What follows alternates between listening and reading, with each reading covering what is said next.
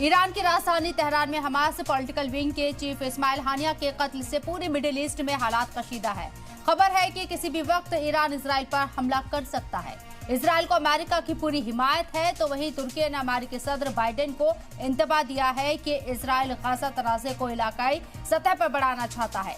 तुर्की के सदर एर्दोगान ने यह भी कहा है कि इस्माइल हानिया के कत्ल के बाद सीज़फायर की कोशिशों को बड़ा धक्का लगा है। ऐसे में सवाल है कि हानिया की मौत के बाद अब जंग का रुख क्या होगा, सीज़फायर की कोशिशों पर क्या असर पड़ेगा और क्या तुर्की भी आएगा ईरान के साथ। बहस का आगाज करें, लेकिन उससे पहले ये रिपोर्ट देखिए।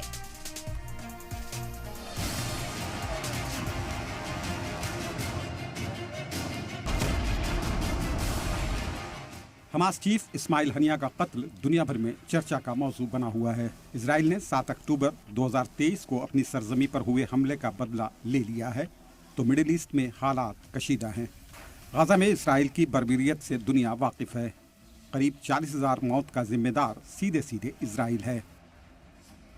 इजराइल ने इस्माइल हनिया का कत्ल ईरान में किया, जिससे इजराइल और ईरान के बीच सीधा टकराव दिख रहा है। खबर है कि ईरान इस कत्ल का बदला पूरी ताकत से लेगा और इजराइल पर हमला करेगा। इजराइल के पीएम बेंजामिन नेतन्याहू ने कहा कि अगर उनके मुल्क पर किसी भी तरह का कोई हमला होता है तो उसकी भारी कीमत चुकानी होगी। तेहरान में हवाई हमले में इस्माइल हनिया के मारे जाने के बाद नेतन्याहू का ये पहला बयान था। अमेरिकी सदर बाइडेन ने भी नेतन्याहू को यकीन दहानी कराई है कि ईरान की जानिब से किसी भी खतरे का सामना करने की सूरत में अमेरिका इजराइल को तहफ़्फ़ुज़ फराहम कराएगा। इसलिए अमेरिका ने अपने 12 वॉरशिप और 4,000 से ज़्यादा आर्मी तैनात किए हैं। इनमें से कुछ ईरान के करीब हैं, तो बाकी इजराइल के आसपास समंदर में मौजूद हैं। इस्माइल हनिया के कत्ल के बाद मिडिल ईस्ट में टेंशन उरूज पे है। ज़राए के मुताबिक ईरान खुद और अपने प्रॉक्सी तंजीम हमास, हूती और हिजबुल्लाह की मदद से इजराइल पर बड़ा मिसाइल हमला कर सकता है। ईरान के साथ कई दीगर मुस्लिम ममालिक भी साथ आ सकते हैं।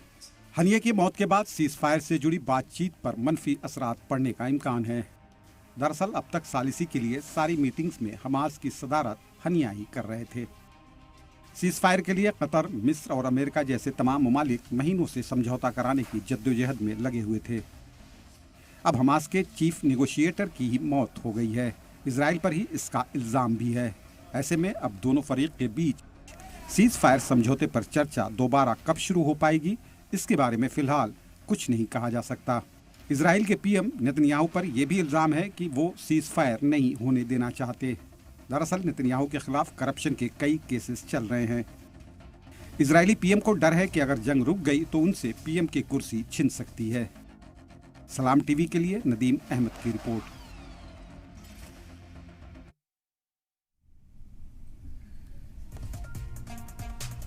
और हानिया के कत्ल ने पूरी मिडिल ईस्ट में हलचल पैदा कर दी है। जंग शदीद खतरनाक हो सकती है यहाँ, और सीधे तौर पर इजराइल और ईरान आमने सामने आ सकते हैं, क्योंकि ईरान ने हदफ उठाया है कि इजराइल को इसकी भारी कीमत चुकानी पड़ेगी। वहीं दूसरी तरफ अमेरिका का कहना है कि अगर इजराइल के ऊपर ईरान अटैक करता है तो पूरी शिद्दत के साथ वो उसका साथ देंगे और अटैक में शामिल होंगे। लेकिन मुस्लिम ममालिक क्या ईरान का साथ देंगे? खासकर टर्की की हम बात करें, टर्की की तरफ से इंतबाह तो दिया गया है अमेरिका को, और ये भी बताया है कि इजराइल किस तरीके से यहाँ आप इलाकाई जो तनाज़ा है उसे बढ़ाने की कोशिश कर रहा है। सीज़फायर की कभी कोशिश इजराइल के जरिए मुस्बत तौर से नहीं की गई है, और अब इस तनाज़े को बढ़ावा दिया जा रहा है इजराइल के जरिए। हानिया की मौत के बाद लगातार ये सवाल उठ रहे हैं कि ईरान का साथ कौन कौन से ममालिक देंगे। टर्की सीधे तौर पर यहाँ मजम्मत तो करता है इजराइल की, लेकिन क्या टर्की साथ में आएगा, ईरान का साथ देगा? ओआईसी की तरफ से अब तक कोई रद्द-ए-अमल क्यों नहीं सामने आ रहा है? कोई एक स्ट्रैटेजी क्लियर क्यों नहीं हो रही है?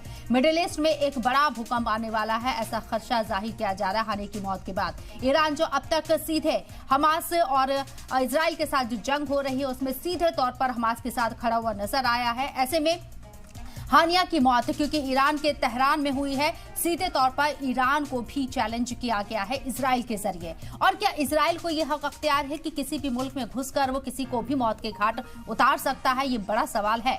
इजराइल के ऊपर क्या किसी तरह की कोई पाबंदी लगाई जाएगी? क्या इजराइल के ऊपर किसी तरह का कोई प्रेशर बनाया जाएगा? हालांकि इजराइल अब तक तमाम प्रेशरों को नजरअंदाज करता रहा है, लेकिन यह भी देखना होगा कि मुस्लिम वर्ल्ड की अगर बात करें, हम अरब ममालिक की बात करें, तो इजराइल के खिलाफ बहुत शिद्दत के साथ जो एक पेशरफ्त होनी चाहिए वो होती हुई नजर नहीं आ रही। कुछ तजवीज जरूर पास की गई, लेकिन इजराइल का उसके ऊपर असर क्यों नहीं हो रहा है? और अब हानिया का कत्ल इजराइल को क्या महंगा पड़ने वाला है? ये कई ऐसे सवाल है जिनका जवाब हम तलाश करने की कोशिश करेंगे। 10 महीने से ज्यादा का वक्त बीत चुका है। गाजा से ये जंग शुरू हुई और जंग का दायरा लगातार बढ़ता हुआ नजर आ रहा है। गाजा से ये जंग शुरू होकर लेबनान से अब ईरान तक पहुंचती हुई नजर आ रही है, क्योंकि ईरान को चैलेंज किया है इजराइल ने। क्या इजराइल अपने मोसाद के जरिए किसी को भी मौत के घाट उतार सकता है? और दूसरे देशों की सिक्योरिटी का जब सवाल होता है तो इजराइल उसे नजरअंदाज क्यों करता है? जब 7 अक्टूबर को अटैक किया गया था तो इजराइल के जरिए कहा गया था कि हम अपनी आत्मरक्षा कर रहे हैं, अपने देश की हिफाजत कर रहे हैं, इसलिए इस जंग को हम आगे लेकर जा रहे हैं और हमास का खात्मा करते रहेंगे। और अब क्या आपको बताएं, क्या ये सवाल वाजिब नहीं है कि ईरान के घर में जो अटैक किया गया, ईरान को इसका बदला नहीं लेना चाहिए?